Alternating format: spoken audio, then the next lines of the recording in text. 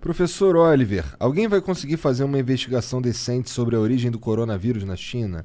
Você acha que existe risco de retaliações do resto do planeta caso descubram alguma culpa do governo chinês no começo da pandemia? Isso é uma questão muito interessante mesmo, né? Porque, tipo, ele é um cara perguntando, mas sinceramente eu tenho dúvidas também. É meio esquisita essa pandemia. Saiu da China, a China foi o país que melhor lidou com essa porra toda. Pelo menos foi o que eles dizem, né? É o que a gente sabe. É meio esquisito tudo isso.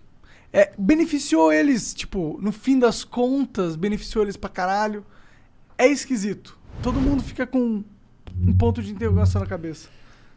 Assim, sempre teve pandemias, né? Ou seja, o coronavírus nem é o primeiro seu tipo, né? Havia pandemias até parecidas antes.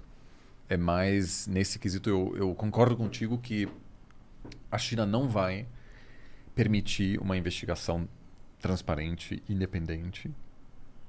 Também porque é um país que, por definição, não é transparente.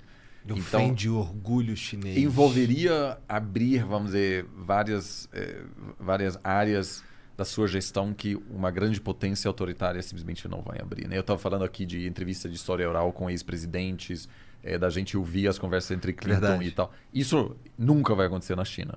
Que, inclusive, vai limitar a nossa compreensão sobre o mundo. Porque você tem a principal potência do mundo, que jamais libera minutas de reuniões, etc. É totalmente opaca nesse sentido. Como sendo grande potência, a China interpretaria qualquer tentativa de investigar esse assunto, além do que a China já fez, como uma humilhação. Então, não haverá uma investigação. Eu acho que seria bom ter, sem dúvida. Inclusive, Até pra sanar isso, né? não, inclusive para ter mais conhecimento sobre como combater futuras pandemias. Ou seja, tem um interesse genuíno científico. Como aconteceu tudo? De onde Exato. surgiu? Agora, punições não vai ter, simplesmente pelo fato de que a China é tão poderosa que hoje em dia, basicamente nenhum país tem, eu diria, nem os Estados Unidos Tem a pachorra. tem a capacidade de dizer a gente vai punir vocês. Como porque- que você obriga eles a se punirem? Porque é isso que você tem que fazer. Então, inclusive, eu diria assim, hoje em dia tem talvez dois chefes de Estado que ainda topariam encontrar com o Dalai Lama, que compram a briga com a China. Eu acho que talvez o primeiro-ministro da Índia, porque o Dalai Lama está lá, e o presidente dos Estados Unidos. Da Alemanha, a Angela Merkel, no início do mandato dela, ela ainda encontrava. Agora já não, porque vamos dizer, a porcentagem do comércio alemão com a China aumentou tanto que as grandes empresas alemãs estão dizendo, não, por favor, não. Só não. Então, assim, em relação a essa pergunta, não haverá retaliações, mas infelizmente a gente também não vai saber mais sobre a origem do que a gente já sabe hoje. É uma pena esse lance deles não abrirem as conversas, de fato, porque, nossa, é um pedação interessante da história da humanidade, né? Mas veja, eles nem só fazem isso pela questão externa. Porque imagina que uma investigação interna descobre que o departamento de saúde na cidade de Wuhan demorou, não sei o quê. Você está dando material aí para, inclusive, desafiar a legitimidade do Partido Comunista.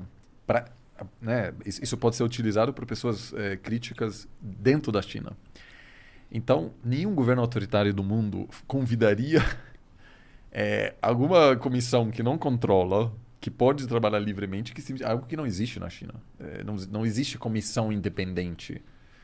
Porque se descobre que o governo regional, né, cometeu erros gravíssimos, isso poderia ser utilizado para questionar o regime. Sim.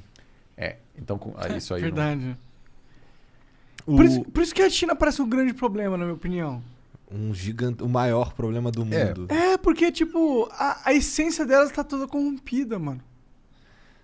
Bom, Ficou rico, mas o cara que manda na máquina toda é meio filha da puta, né? O Estado, né? Não, é que, tipo, eles não são legitimados por uma democracia real, tá ligado? Não é o povo decidindo.